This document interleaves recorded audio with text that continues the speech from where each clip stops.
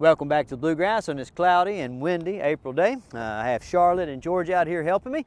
And we're just doing a little bit of water socialization and teaching dogs to ride on a paddleboard and in a kayak. George has a little case on the puppy, and Hildy's going to be doing some adventuring this summer. But if you've ever went adventuring with a little Spitz type dog, you know that like things can get pretty sketchy pretty fast. So we're putting a lot of extra work into her, making sure that she can adventure safely. I'm going to push George back there and let him kind of paddle around and you know, make sure that Hildy knows how to stay in a kayak without jumping out. Okay, now George's job in this situation, you can kind of keep an eye on him in the background, is simply to paddle and be calm and confident, because he's going to set the stage for how the dog behaves. Always model the type of behavior you'd like to see from your dog. Now Charlotte and I are going to move this paddle board around a little bit. We have this dog in the middle. Go ahead and go over that way, Charlotte. We have this little dog in the middle here. His name is Parker, and he's kind of a good dog, right? Right now, what has happened? You can let go of the paddle board. I'm gonna push it to you. Okay. But right now, what has happened is Parker has. Oh, the wind's got me. Parker has been playing in the water with the mentor dogs, and he's gotten kind of tired. And now the wind's blowing, and he's cold. Okay, this is the kind of stuff that you run into in real life, guys, is you think because you have a Labrador Retriever that they're immune to the weather just because you have a buddy that has a Labrador Retriever that's immune to the weather. But the reality is that, like, it takes them a little while to acclimate to different environments. Oh, are you okay? I think this wind might get you. I tell you what, when it comes back to you, just go ahead and get the long line so you can hang on to it. All right, so now what we're dealing with Parker, when we first got here, he was jumping off the paddle board and running around the edge of the pond because he was really excited. And plus, you know, somebody had been over here fishing and they cut the heads off a bunch of catfish, and he thought he had just found a smorgasbord of awesome fish treats, okay?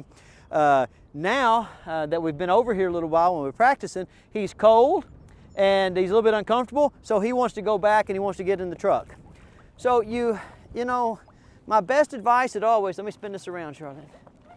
So my best advice is always to block off some training days in anticipation of whatever kind of adventuring that you plan on doing later, because if you don't block off some training days, then you'll be on vacation or you'll be on your day off, and you know, what are you going to be fooling with? You're going to be fooling with a dog that's trying to eat catfish heads, or you're going to be fooling with a dog that is, you know, trying to run back to the truck because they're a little bit cold and tired, okay? And that's the same thing with your children. If you don't get your children out and teach them to be a little uncomfortable, well then what happens when you try to take them on adventures?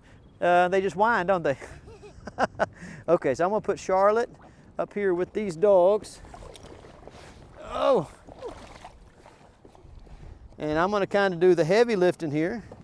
And again, Charlotte's primary job here is just to be calm and confident, right? And set the stage for these dogs to be successful, just like our big brother is doing back there. And I'm just gonna walk around and kind of pull her with me. Very nice.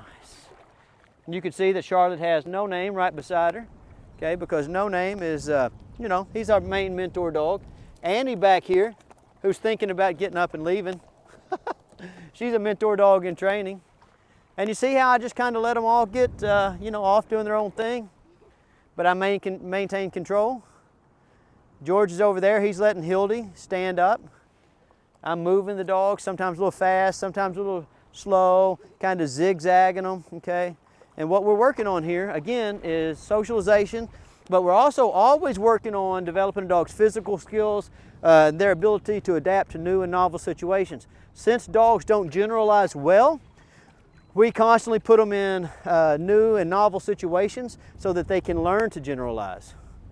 Very nice. My goal for every puppy is by the time it's a year old, for it to have developed enough attention span and impulse control and proprioception to be able to navigate pretty much any environment that, you know, a normal person's going to run into when they're on vacation or when they're out adventuring, you know.